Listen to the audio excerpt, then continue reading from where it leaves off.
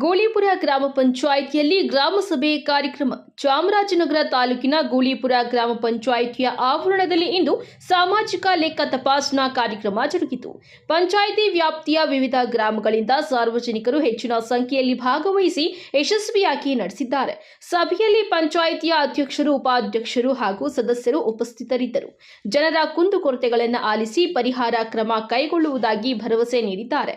ಸಭೆಯಲ್ಲಿ ಕುಡಿಯುವ ನೀರಿನ ಸಮಸ್ಯೆ, ಬೀದಿ ದೀಪಗಳ ದುರಸ್ತಿ, ಒಳಚರಂಡಿ ವ್ಯವಸ್ಥೆ, ರಸ್ತೆ ಸೌಕರ್ಯ, ಪಡಿತರ ಕಾರ್ಡು ಮುಂತಾದ ವಿಷಯಗಳು ಮುಖ್ಯವಾಗಿ ಚರ್ಚೆಗೆ ಬಂದವು. ಹಲವು ನಿವಾಸಿಗಳು ತಮ್ಮ ಮನೆಯ ಮುಂದೆ ಇರುವ ಗಲೀಜು ನೀರಿನ ಸಮಸ್ಯೆ ಮತ್ತು ಗದ್ದೆ ಗುಂಡಿಗಳು ಇರುವ ರಸ್ತೆಯ ಸಮಸ್ಯೆಯನ್ನ ತಿಳಿಸಿದ್ದಾರೆ.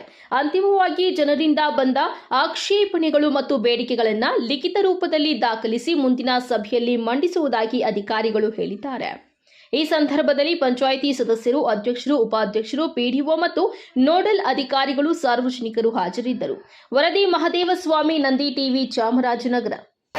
ಸಾಲಿನ ಸಾಮಾಜಿಕ ಪರಿಶೋಧನೆಯೂ ಸಹ ಈ ಒಂದು ಸಂದರ್ಭದಲ್ಲಿ ನಾವು ಅನ್ಕೊಂಡಿದ್ದೀವಿ.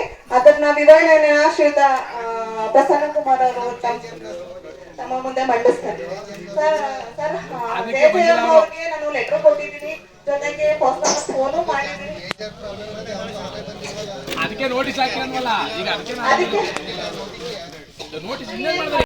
ಈ ವರ್ಷದಿಂದ ಅಂದ್ರೆ 21/11/2025 ಈ MORಡಿಂದ ನಮ್ಮ ರಾಜ್ಯಕ್ಕೆ ಬಂದಿತ್ತು.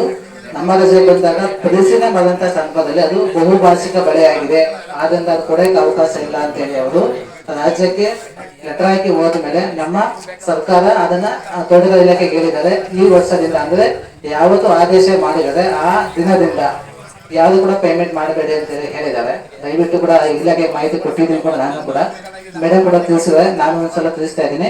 ಅದನ್ನ ಬಿಟ್ಟು ಇನ್ನೇನಿದೆ ತೆಂಗು ಕೂಡ ಮೇಡಮ್ ಹೇಳಿದ್ದಾರೆ, ತೆಂಗು ಬೆಳೆಯಕ್ಕೆ ಅವಕಾಶ ಇದೆ. ದಯವಿಟ್ಟು ಯಾವುದೇ ವರ್ಕ್ಗಳನ್ನ ಮಾಡಿ ದಯವಿಟ್ಟು ನಮ್ಮ ವಾರ್ಡ್ ಸಭೆ ಮತ್ತು ಗ್ರಾಮ ಸಭೆಯಲ್ಲಿ ಸೇರಿಸಿ ಕ್ರಿಯೋಜನೆ ಅನುಮೋದನೆ ಆದ ಮೇಲೆ ಕೆಲಸ ಶುರು ಮಾಡಬೇಕು. ದಯವಿಟ್ಟು ಕೆಲಸ ಶುರು ಮುಂಚಿತವಾಗಿ ಬೆಸ್ಟ್ ಒಂದು ಗ್ರಾಮ ಪಂಚಾಯತ್ ಒಂದ್ಸಲ ಭೇಟಿ ಮಾಡಿ, ಮೇಡಮ್ ನಂದು ಕ್ರಿಯೋಜನೆ ಆಗಿದೆಯಾ, ಆಗಿಲ್ವಾ, ಏನಾಗಿದೆ ಅಂತ ಹೇಳಿ ಒಂದ್ಸಲ ಅವ್ರ ಗಮನಕ್ಕೆ ತಂದು GPS ಮಾಡಬೇಕು.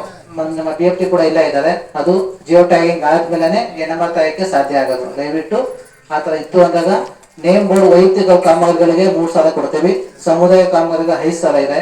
ನೇಮ್ ಬೋರ್ಡ್ ಕಡ್ಡಾಯವಾಗಿ ಇರಲೇಬೇಕು. ಉದ್ದೇಶ ಏನಪ್ಪಾ ಅಂತಂದ್ರೆ ಯಾವ ಯೋಜನೆಯಲ್ಲಿ ಕೆಲಸ ಆಗ್ತಿದೆ, ಯಾವ ಹೆಸರು, ಅವರು ಯಾರು, ಫಲಾನುಭವಿ ಹೆಸರು, ಅಂದಾಜು ಮೊತ್ತ ಎಷ್ಟು, ಕೂಲಿ ಎಷ್ಟು, ಸಾಮಗ್ರಿ ಎಷ್ಟು ಅಂತೇಳಿ ಮಾಹಿತಿ ಇರ್ಲಿ ಅಂತೇಳಿ ಮಾಡಕ್ಕೆ ಅಂತ.